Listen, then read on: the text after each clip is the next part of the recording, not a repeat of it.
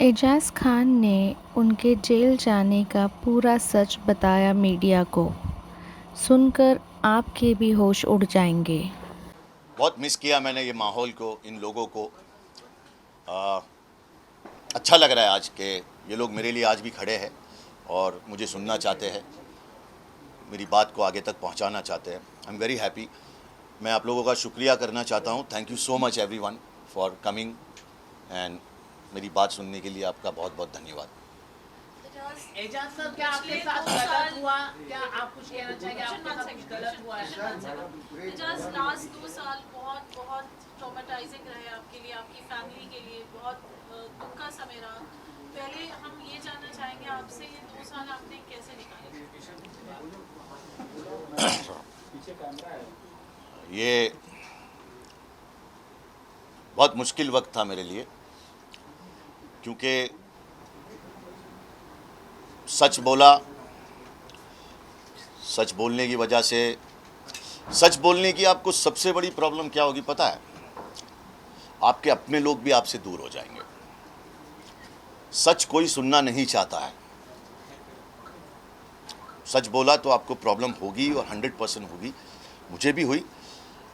26 महीने मैंने जो अपनी फैमिली के बिना, मतलब मेरे बेटे के बिना, मेरी बीवी, मेरे फादर इतने बीमार थे, मेरी सारी बहनें, मेरा पूरा घर, 26 महीने ऐसा लगा वो भी जेल में है।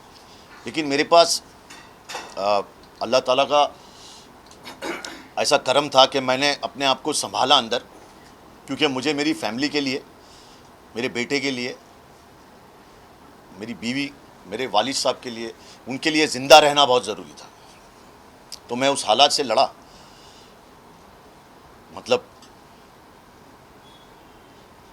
400 लोगों में 3 टॉयलेट, जो टॉयलेट हमेशा भरे रहते थे।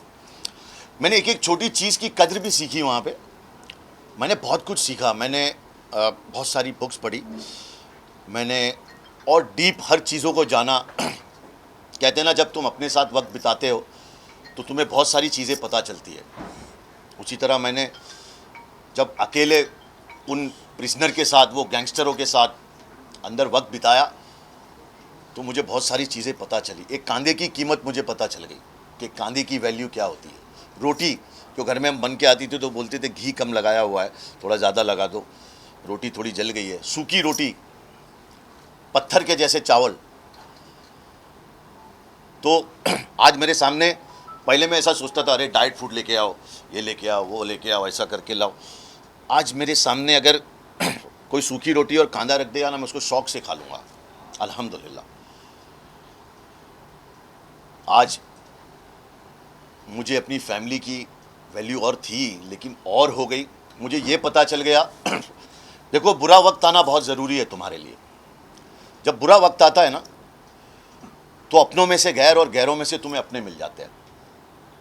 तुम्हें पता चलता है तुम्हारे साथ कौन कौन लोग खड़े हैं। कि मुश्किलें लाख गुजर जाए, मैं मंजिलों से लड़ जाऊंगा। हौसला हार के बैठूंगा तो मर जाऊंगा। और कहाँ है वो लोग जो कहते थे, कहाँ है जो लोग जो कहते थे कि तेरे लिए मैं राह में बिखर जाऊंगा। तो कुछ गैरों में से मुझे अपने दोस्त मिले और कुछ दोस्तों में से गैर मिल गए।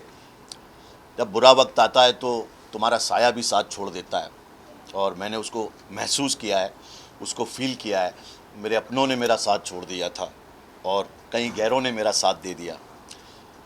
लेकिन खैर, यही ज़िंदगी है। तुम्हें पता चलता है कि तुम्हारी कीमत क्या है, तुम क्या हो, तुम्हें क्या चाहिए, तुम्हें क्या करना चाहिए और तुम क्या कर रहे हो।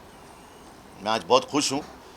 मैं, आपने देखा होगा मेरे एटीट्यूड में, मुझसे ज़्यादा और आप लोगों से ज़्यादा मुझे कौन जानता है।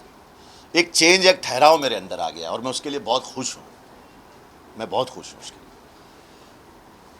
क्या जुर्म था आपके, मतलब किस लिए आप जेल गए थे? किस लिए जेल गया था मैं, वो तो मुझे भी नहीं पता कि मैं किस लिए जेल गया था, पर मैं जेल गया था। और can I have a towel और something? Alam, it's too hot. हाँ, टॉवल देना। थैंक यू यार।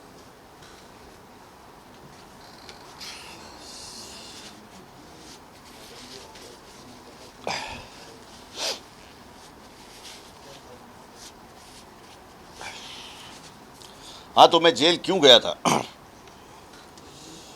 जैसे मैंने कहा, मुझे भी नहीं पता मैं जेल क्यों गया था।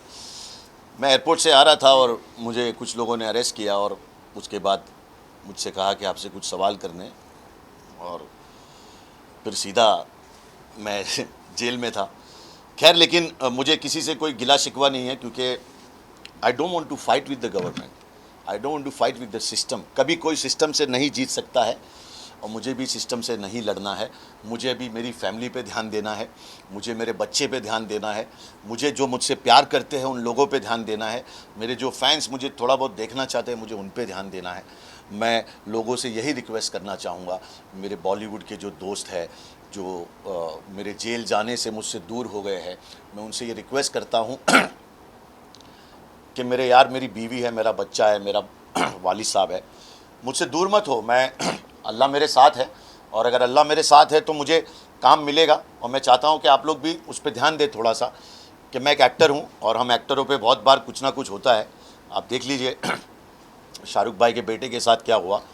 वो आने के बाद मुझे कुछ बोलने की ज़रूरत नहीं है क्यों? क्योंकि दुनिया पूरा देख रही है क्या हुआ, क्या नहीं हुआ, किसने क्या किया, कैसे किया, सबको सब पता है। अब मैं किसी के नाम नहीं लेना चाहता हूँ, ना मैं कुछ बोलना चाहता हूँ, क्योंकि मुझ पे कुछ कोर्ट की रिस्ट्रिक्शंस है। सुप्रीम कोर्ट ने मुझे बेल दी है, मैं सुप्रीम कोर्ट का बहुत बहुत शुक्रिया करना चाहता हूँ, और मैं उनके लॉ फॉलो करना चाहता हूँ, और मैं हमेशा लॉ फॉलो करके ही चलूँगा। मैं अब ये कहना चाहता हूँ कि वो एजाज़ और ये एजाज़ में बहुत फ़र्क है, और ये एजाज़ काम करना चाहता है अपना टैलेंट। जो मैं एक्टर हूँ, मैंने अपनी जेल की जो कहानी है उसको एक किताब में निकाला हूँ, और इंशाल्लाह स्टूडियोज़ के पास जाऊँगा और जेल पे एक वेब सीरीज़ बनाऊँगा कि जेल कैसे चलती है, जेल में क्या होता है, जेल में लोग कैसे ज़िंदगी बिताते हैं, और जो जेल जाता है उसको कोर्ट अभी तक विक्टिम साबित नहीं की है, लेकिन media, I am so sorry, और लोग उनको विक्टिम और उनको मुजरिम बोल देती है कि भाई उनको, और बाद में कई ऐसे लोग हैं जिन पे केस झूठा साबित होता है, और वो जेल से जब छूटते हैं तो उनकी ज़िंदगी के 5 साल तो वेस्ट हो ही जाते हैं, 10 साल तो वेस्ट हो ही जाते हैं। उसके बाद समाज भी उनको, कई बार तो उनके बीवी बच्चे उनको छोड़ देते हैं, उनके दोस्त यार उनको छोड़ देते हैं। और जब हमारा लॉ सिस्टम इतना स्लो है कि किसी केस को चलने में 10 से 20 साल लगते हैं, तब तक आदमी का सब कुछ खत्म हो जाता है, और अगर वो बाइज्जत बरी हो जाता है तो उसको कुछ नहीं मिलता है। और यही चीज़ दूसरी कंट्रीज़ में, अगर तुमको बाइज्जत बरी किया जाता है, you discharge, then you get what you lose. But क्या मैंने जो 26 महीने खोए वो वापस आ सकते हैं? क्या आर्यन ने जो 1 महीना अपनी ज़िंदगी का वो ट्रॉमेटाइज, मतलब वो ऐसी जगह है जहाँ पे आप समझ रहे हो वो एक बच्चा है, तो मैंने तो झेल लिया, उसकी ज़िंदगी शुरू हो रही थी यार, इट्स जस्ट 18। बाद में उसको 169 देते हो कि ये सब जो हुआ वो फेक था। आई मीन, किसी के ईगो के लिए किसी की ज़िंदगी के साथ खेलना इज़ नॉट राइट। लेकिन इंडिया के लिए कानून कुछ बदलाव लाना चाहेंगे आप, ये जो बात कर रहे हैं उसके ऊपर? मैं क्या कानून मिनिस्टर हूँ मेरे भाई? आप बोल रहे हैं कि मतलब बहुत स्लो कानून है, रावल देर को बोला तो हुआ ना कि इतना कानून बहुत स्लो चल रहा है, तो उसके ऊपर कुछ बदलाव होना चाहिए, नहीं होना चाहिए, लोगों की कुछ बातचीत करना चाहिए कि नहीं करना चाहिए? आपको तो अनुभव हुआ कितना स्लो है। हाँ, मैं चाहता हूँ आप भी 1-1.5 महीने के लिए अनुभव करें, आप भी 78 रोड जेल जाए तो आपको समझ में आएगा। भाई देखो, कैसा है कि कानून मेरे हाथ में नहीं है, वो तो हम भी जानते हैं, लेकिन कुछ बदलाव होना चाहिए कि नहीं होना चाहिए, ये मेरा सवाल है। कुछ आप दीजिए। मैं सजेशन ये देता हूँ कि हमारे बाबा साहेब आम्बेडकर, उन्होंने संविधान बनाया, उस संविधान को फॉलो नहीं किया जा रहा है।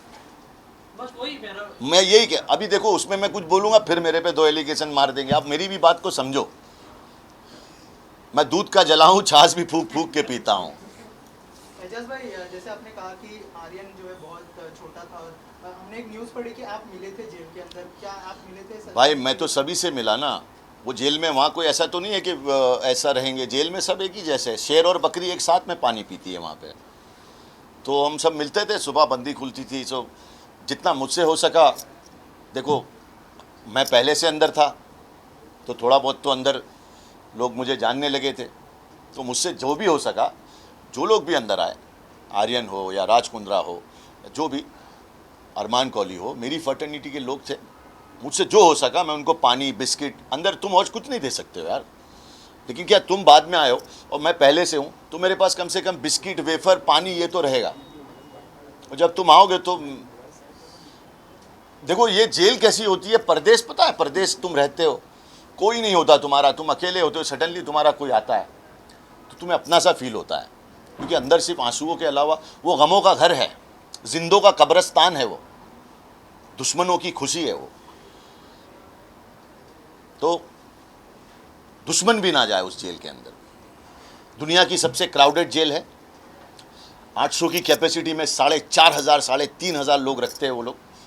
इंसानों को घेंटे बकरों की तरह सुलाया जाता है, एक के ऊपर एक। ये माइक रखी है ना, ये माइक ठीक से रखी हुई है, ये माइक तो फिर भी ठीक से रखी हुई है, माइक से खराब आदमी एक के ऊपर एक सोता है उधर। खैर, लेकिन मैं तो यही चाहूँगा कि हर जो आदमी अंदर है उसे इंसाफ मिले, जल्द से जल्द मिले, क्योंकि उनकी फैमिली बाहर ख़त्म होती जा रही है। जिसने क्राइम किया है उसे सज़ा मिले, जिसने नहीं किया उसे। सर, हम जानना चाहेंगे इन 2 सालों में आपके सबसे ज़्यादा हेल्पफुल कौन रहे आपके फ्रेंड फैमिली में? आपने वो सुना है कि जो करता है वो कभी बताता नहीं है। मैं जो सबसे बड़ा जिस आदमी का रोल है, मैं उसका नाम नहीं ले सकता क्योंकि वो चाहता नहीं मैं उसका नाम लूँ, लेकिन ऊपर वाला ऐसा दोस्त सबको दे। दूसरा मैं नाम लूँगा मीका सिंह। मीका सिंह एक ऐसा दोस्त, एक ऐसा इंसान है, वो किंग है वाकई में, जिसने 26 महीनों तक मेरी फैमिली को फ़ोन किया, उनको पूछा कि उनको क्या ज़रूरत है, उन्हें क्या चाहिए, और जो ज़रूरत उनकी थी उस आदमी ने उसको पूरा किया। तो मैं मीका सिंह को दिल से सलाम करता हूँ, मैं रणदीप हुडा को दिल से सलाम करता हूँ। खैर, हमारे एक दोस्त है जो बड़ा दुनिया को हेल्प कर रहे हैं, अल्लाह उनको खुश रखे, लेकिन उन्होंने हमें नहीं पूछा कभी। सर, सलमान भाई के साथ आपने शो किया है, क्या उनके तरफ से कोई कॉल आया है या फिर अगर उस बारे में कुछ बात करना चाहें? और ये जो आपने एक दोस्त का नाम लिया है, कहीं तो सलमान? नहीं, सलमान भाई ऐसे शख्स है जो, और उन्होंने हमेशा सबकी हेल्प की है, मेरी भी की है, और ज़िंदगी में आज मुझे एक पहचान जो मिली है उसमें सलमान खान का भी बहुत बड़ा हाथ है। मैंने किसी से हेल्प मांगी नहीं। मैं एक चीज़ में बिलीव करता हूँ कि अगर तुम गॉड में, अल्लाह में, ऊपर वाले में यकीन रखते हो तो तुम्हारी मदद को ज़रूर आता है, तो तुम उससे मदद मांगो, ज़रिया वही बनाएगा। और उसने मेरे लिए जो ज़रिए बनाए वो आए, उन्होंने मेरी मदद की। जो नहीं आए उनको भी प्यार, जो आए उनको भी मोहब्बत। देखो, किसी ने मेरा ठेका तो नहीं लिया, पर जो आया उसको ज़िंदगी भर याद रखो कि तुम्हारे बुरे वक्त में कोई खड़ा था। वो जो नहीं आया उसको भी याद रखो, याद ही रखना है ना तुम्हें। तो आपको लगता है wrongly accused हुए? देखिए madam, And what will be next movie? My next movies I want to make a web series और समथिंग लाइक दैट। अभी एक साउथ की फिल्म मिली है, वो मैं कर रहा हूँ, और अपने फैंस के लिए वही मैं अभी काम करना चाहता हूँ। I don't want to get into controversy, I don't want to get into stupid things where कहीं कुछ हो रहा है और मैं स्टेटमेंट दे रहा हूँ। जो मुझे लगता था मेरे देश के लिए ज़रूरी है बोलना, लेकिन अगर बात मेरी फैमिली पे आती है, मेरे करियर पे आती है, और मेरी आज़ादी पे आती है, मेरी फ्रीडम पे आती है, तो I am sorry, I want to concentrate on my career. He is wrongly accused. Ma'am, what do you think? When I'm coming from airport, I don't have anything. I can't say right now. The case is going on, you know. Right now, I'm on bail. I'm happy. I'm with my family. I'm with my fans. I'm working. I don't want to talk about law and orders. It is not right, you know. I want to talk about myself. You want to know something about me. I want to tell you what happened with me inside, how I survived, what I want to do, you know. Because it's a lot of pain inside. मुझे 1 महीना लगा बाहर आके सब कुछ normal देखने में। मुझे समझ में नहीं आता था मैं क्या करूं। इतनी लाइट्स में हम लोग सोते थे, इतना क्राउड, इतने लोग आसपास, मतलब एक पागलपन सा था। मैं घर आया तो मुझे समझ में नहीं आ रहा था कि यार ये बाथरूम में मैं कैसे बैठूं। मैं ये रोटी देख के मुझे ऐसा लगता था ये, अरे यार ये कैसी रोटी है, मुझे वो सूखी रोटी की आदत हो गई थी। हम लोग कीड़े वाली दाल भी खा जाते थे, क्योंकि खाना तो है, कभी कभी दाल में चूहा निकल रहा है और ऐसा एक प्रिजनर लेके आ रहा है, चूहा निकला रे, चूहा निकला रे, और फिर हम उसका नाम रखते थे, आज नॉन वेजिटेरियन है, आज नॉन वेजिटेरियन दाल है, तो चूहे वाली दाल है। और दाल का एक और नाम रखा था हमने, पत्थर के सनम, क्योंकि दाल में इतना पत्थर निकलता था कि हम सब प्रिजनर लोग उसको निकालते थे और पत्थरों को जमा करते थे और फिर सुप्रीटेंडेंट को देते थे कि सर इतनी दाल में पत्थर, अरे इतने पत्थर निकले। अरे भाई हम मर भी जाए किसी को क्या परवाह है, हम लोग तो प्रिजनर है ना, हम लोग तो जेल में हैं। पता नहीं हमने क्या कर दिया है, अभी तक अदालत ने तो कुछ प्रूव नहीं किया है, पर लोगों ने हमको बोल दिया है कि हम मुजरिम है, हम पता नहीं क्या है। साथ ही आपसे जानना चाहेंगे, जिस वक्त आप जो आपका अंदर टाइम गया है, उस टाइम पे आपने बताया कि उसमें अरमान कोहली, राज कुंद्रा जैसे अन्य नाम भी वहाँ पे मौजूद थे, तो आप तो काफ़ी जिंदा दिन इंसान है, आपने काफ़ी उसको मजबूती से उन सारी चीज़ों को झेला, लेकिन उन लोगों की तरफ से क्या प्रतिक्रिया थी उस टाइम पे, क्या कुछ वो लोग फेस कर पा रहे थे, उनके एक्सपीरियंस क्या थे आपके हिसाब से? नहीं, राज कुंद्रा काफ़ी डिप्रेस हो गए थे और हालात काफ़ी ख़राब थे, लेकिन उन्होंने भी फेस किया। कुछ 10-15 किलो उनका वज़न कम हो गया था। बहुत तकलीफ़ उन्होंने भी झेली, आर्यन ने भी बहुत तकलीफ़ झेली। तकलीफ़ की जगह है यार, वो जेल है। मैं कहता हूँ ऊपर दुश्मन को भी ऊपर वाला नहीं भेजे, वो जेल है। और सबसे बड़ी बात, जब तुम्हें पता है कि अब तुम्हारी फैमिली अकेली है, तुम अंदर क्या करो, मतलब 1000 सवाल तुम्हारे दिमाग में रोज़ आएंगे, उसके सवाल के जवाब तुम्हारे पास नहीं है, क्योंकि तुम्हारा माइंड है ना स्टक हो गया है, बिकॉज यू आर लॉक्ड। ज़मीन पे सोना है, एक चादर है, वहाँ पे खटमल चल रहे हैं, यहाँ मच्छर है, इतने सारे लोग हैं, रहना है तुम्हें। रहा मैं, लोग जज तो ऐसे ही कर देते ना, अरे भाई तुम, अरे कभी किसी के अंदर झांक के देखा है लोगों ने कि किसी की ज़िंदगी में क्या तकलीफ़ चल रही है, वो क्या सफ़र कर रहा है। लोग आजकल सोशल मीडिया पे किसी को जज करना, अरे हमाम में सब नंगे हैं यार। ऐसा कौन है जिसने कोई पाप ना किया हो। अच्छे काम करो यार, डोंट जज पीपल, यू नो किसकी ज़िंदगी में क्या प्रॉब्लम है, कोई क्या सफ़र कर रहा है, यू डोंट नो। तुम्हारी एक कमेंट से, तुम्हारी 4 गाली से उसको पता नहीं क्या डिप्रेशन। अभी मेरे जैसे लोग, आई डोंट केयर, मुझे फ़र्क नहीं पड़ता है, मेरा रॉक बॉटम है, अभी मुझे इससे ज़्यादा क्या गिराओगे यार, कि ना मैं गिरा ना मेरी उम्मीदों के मीनारे गिरे, ना मैं गिरा ना मेरी उम्मीदों के मीनारे गिरे, मुझे गिराने में कई लोग कई बार गिरे। और मैं हमेशा उठ के आऊँगा, बिकॉज आई बिलीव इन अल्लाह ताला, I believe in God, I am a fighter and I have a family to fight. I am an actor, थोड़ा बहुत ठीक ठाक भी दिखता हूँ, कुछ काम वाम भी मिल ही जाएगा, ऐसा तो नहीं है। तो बस मुझे अभी जीना है। और यहाँ पे तो अब ऐसा है कि बोला जो सच तो जहर पिलाया गया मुझे, और अच्छाइयों ने मेरी मुझे बदनाम कर दिया। तो I want to just concentrate on my career right now. काम की दिशा में मैंने आपसे कहा, एक साउथ की फिल्म है, मैं बाद में बताऊंगा उस पर, आई डोंट वांट टॉक अबाउट, ताकि आप बाद में भी आ सको, मैं उस पर बाद में बात कर सकूँ, है ना।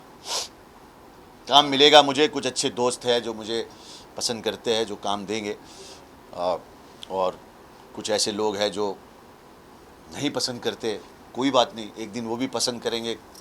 पसंद करने में क्या है, यू डोंट हैव ऑप्शन। इंसान को अपने जो प्यार करने वाले लोग हैं उनको देखना चाहिए।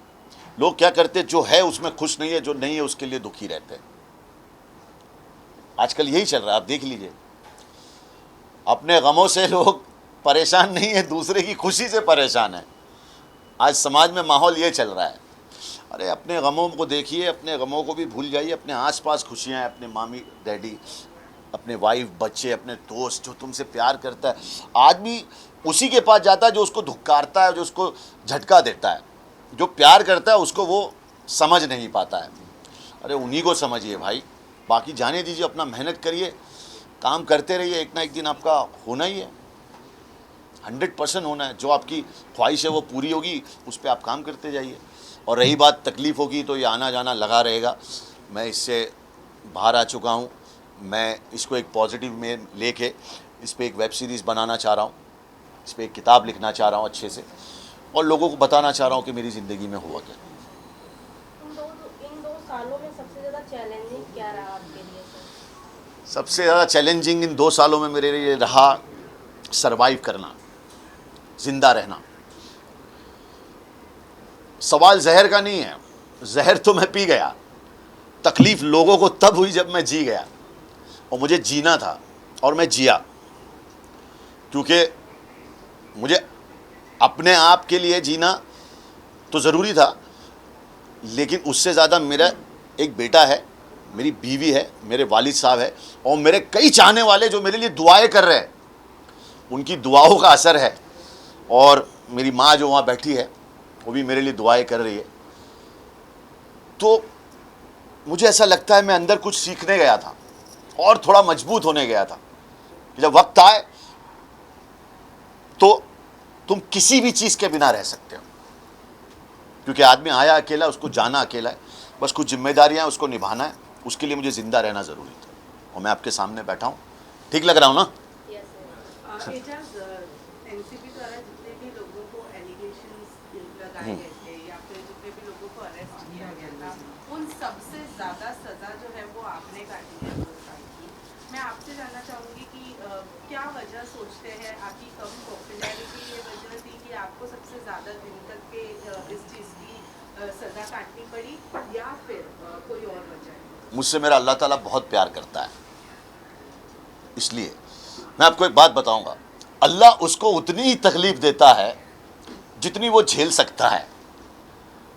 तो उनको पता था कि एजाज इतना झेल लेगा, 26 महीना एजाज झेल लेगा, बाकी और कोई नहीं झेल पाएगा बिना कुछ किए। एक दिन भी काटना बड़ा मुश्किल होता है। मैं किसी को ब्लेम नहीं करता हूँ, मैं ये सोचता हूँ उन्होंने मुझे भेजा था, या वो मेरे गुनाहों की सज़ा थी, या मेरी गिज़ा थी, या मेरे भले के लिए था। मैं अंदर गया, वो अल्लाह ताला ने इतना टाइम मुकर्रर रखा था, मैं वहाँ से आ गया। कुछ बदलाव आया आप में? बहुत बदलाव आया है, बहुत बदलाव आया है। सबसे पहले तो एक कामनेस आ गई है अंदर, एक यकीन ऊपर वाले पे। जब मेरी सुप्रीम में बेल, हर जगह बेल मेरी रिजेक्ट हो गई, लोगों ने कहा एजाज खान 5 साल 10 साल नहीं छूटेगा। हम अंदर नमाज पढ़ रहे, सुबह में हमारा बेल है, ऐसे 350 लोग एक के ऊपर एक सोते हैं, नमाज पढ़ने की जगह नहीं होती अंदर। हमारे दोस्त प्रार्थना कर रहे हैं हमारे लिए, हमारे हिंदू दोस्त 350 लोग जाग रहे हैं हमारे लिए, नमाज पढ़ रहे हैं। हम भी ताज्जुद का बिछा के नमाज, अंदर लोग हिंदू मुसलमान सिख ईसाई नहीं करते, अंदर इंसान इंसान करते हैं। एक इंसान की मदद करता है अंदर। मेरे दोस्त मेरे लिए प्रार्थना यहाँ पे कर रहे हैं। ऐसा मंदिर गली होती है, और ये मंदिर गली पूरी उन्होंने मेरे लिए चालू रखी। इधर मस्जिद गली, यहाँ पे मेरे लिए नमाज़ पढ़ रहे, और सबको पता था कि मेरी बेल होने वाली है। मैंने ताज्जुद की नमाज़ बिछाया और अल्लाह से ताज्जुद की नमाज़ में बोला, या अल्लाह मेरा वक्त हो गया तो मुझे घर भेज दे। मेरे बीवी बच्चे मेरा इंतज़ार कर रहे, मेरे यार दोस्त मेरा इंतज़ार कर रहे।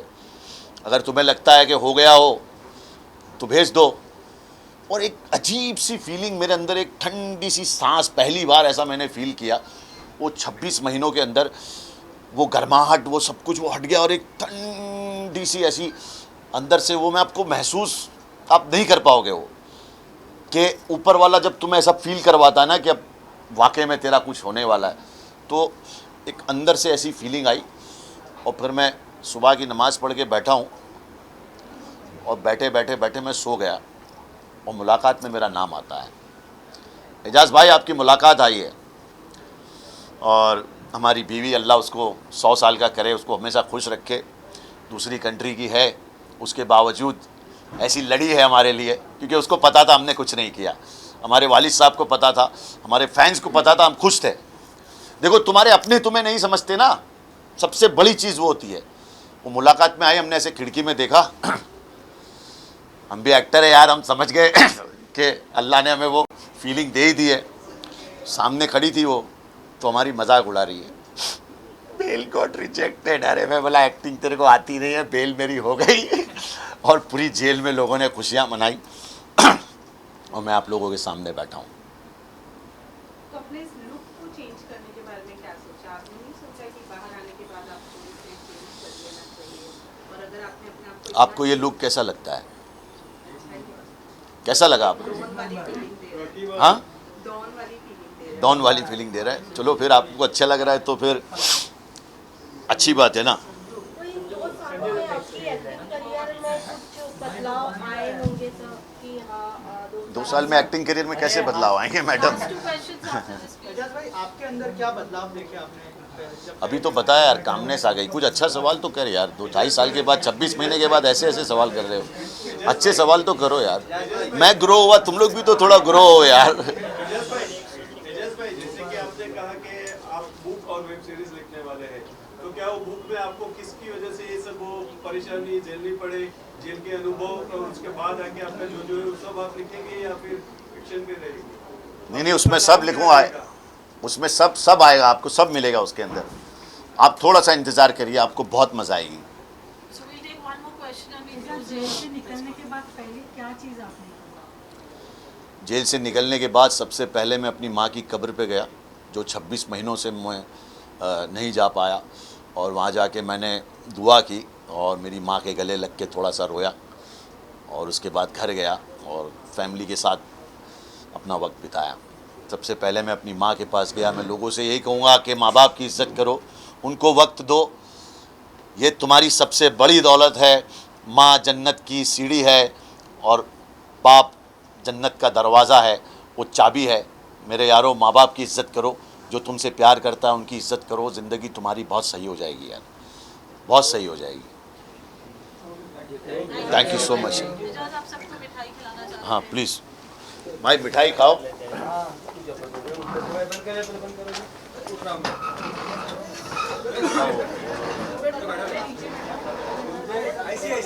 क्या गर्म हो रहा है?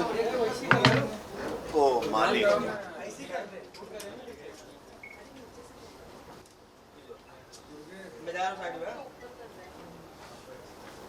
तो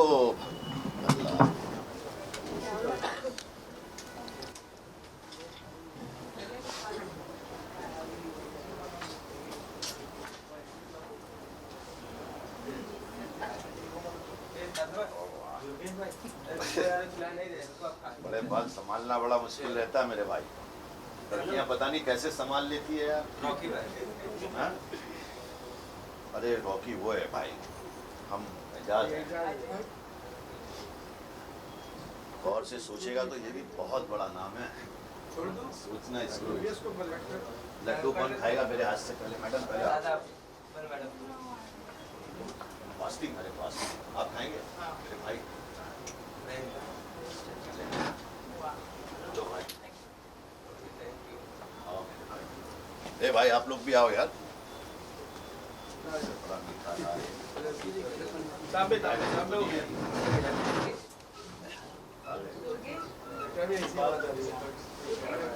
ये मैंने 26 महीनों से नहीं खाते सर। खाइए, पूरा खाइए सर। सबको दे दो हाथ में। पूरा खाइए सर। सबके हाथ में एक मैडम ये भाई लोग खाइए सब। भाई लड्डू खाओ। आप भी लो।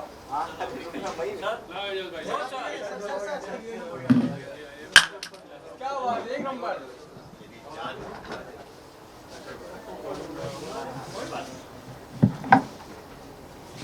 लो भाई लोग, प्लीज मैडम आप भी लीजिए ना। आप भी खाओ ना।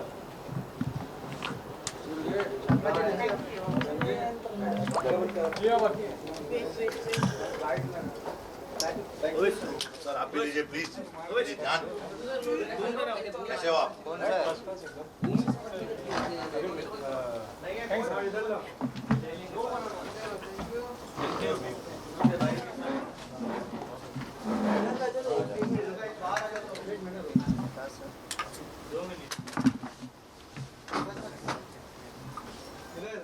बाहर आ जाओ। अरे लाया चलो, थैंक